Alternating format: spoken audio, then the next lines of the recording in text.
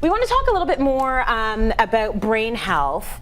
And there are so many things you can be putting in your body and so many things that you should not be putting in your body that can help or not help. So Absolutely. What do we need to be consuming? First of all, congratulations to those contestants because they're doing so wonderfully. As soon as you lose even any small percent of fat, we're talking 5 pounds, for example, representative of a few percent of your body fat, your brain says, thank you so much. These are bad fat pounds, certainly around the thoracic region, both for men and for women, of course, contributing to the diabetic epidemic. So it starts with blood sugar, in my opinion, and Dr. Joey's. And even what Joey said earlier on, this is about, eating those foods that balance blood sugar, the keto diet being the most healthy for the brain, by the way, most research shows. But let's just, the elephant in the room here, these 2 worst white powders for you, sugar and flour. If we can please, it's rhetoric, I know, but kick it out. You don't need it. As soon as blood sugar is imbalanced, we're evolved, by the way, on the keto tip, we're evolved for fast and famine.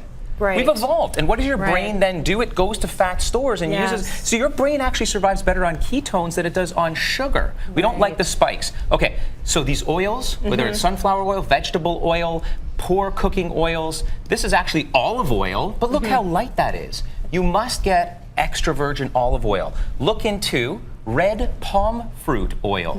We've talked about that before. Tocotrienols in here. There's a certain type of vitamin E reversing white matter lesions in the brain post-stroke. Okay, amazing evidence to show this. Tell them what that's called again, because it's not just palm oil. No, it's actually sustainable Malaysian red palm fruit oil.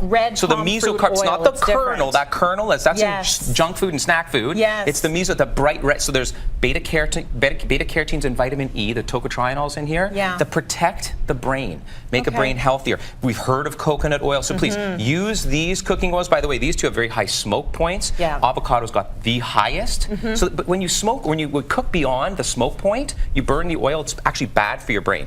Folks, get into spices.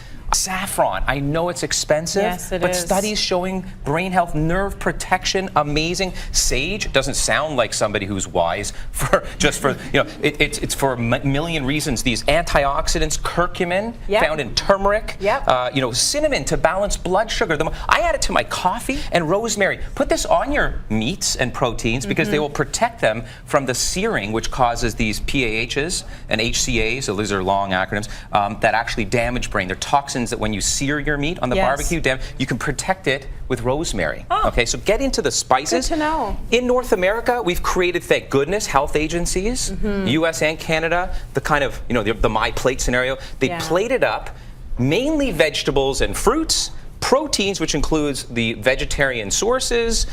I like fish 3 times a week, and grains. Here's the exception. They don't talk about this. The exception is gluten-free. Go gluten-free. I know you've heard about it a million times. Really? Well, here's why. Latest research, there's books written on the topic by neurosurgeons. We'll have them on CityLine.tv, a few, right? Good evidence to show gluten, regardless as to your genetic susceptibility, being celiac or sensitive, is toxic to the brain. You're kidding me. No joke. After all this time, we've been saying you don't need to go gluten-free if you're not celiac. I'm the first one to admit it here on CityLine. We have, and I used to say if you're not sensitive, there are many times. I'm telling you now. Go gluten-free? Absolutely. Barley, rye, some oats, spelt, particularly wheat. So a small amount of grain, bean, and make sure your plate looks like this. Proteins, all of these vegetables, cruciferous as well as walnuts. These look like a mini brain. It looks like a brain filled with omega-3 fat. This is anthropomorphism when we talk about things that look like is good for, but that's really important. Okay, water, make sure it's reverse osmosis or distilled. We don't want the toxins. There are many in water. City water might be clean, but it's not pure. Okay, and these supplements, I'll whip through them. There's a particular aloe ingredient that's out there. We'll have these on CityLine.tv. PQQ, it sounds like CoQ10. PQQ helps mitochondria in the brain, essential fatty acids, and green coffee bean for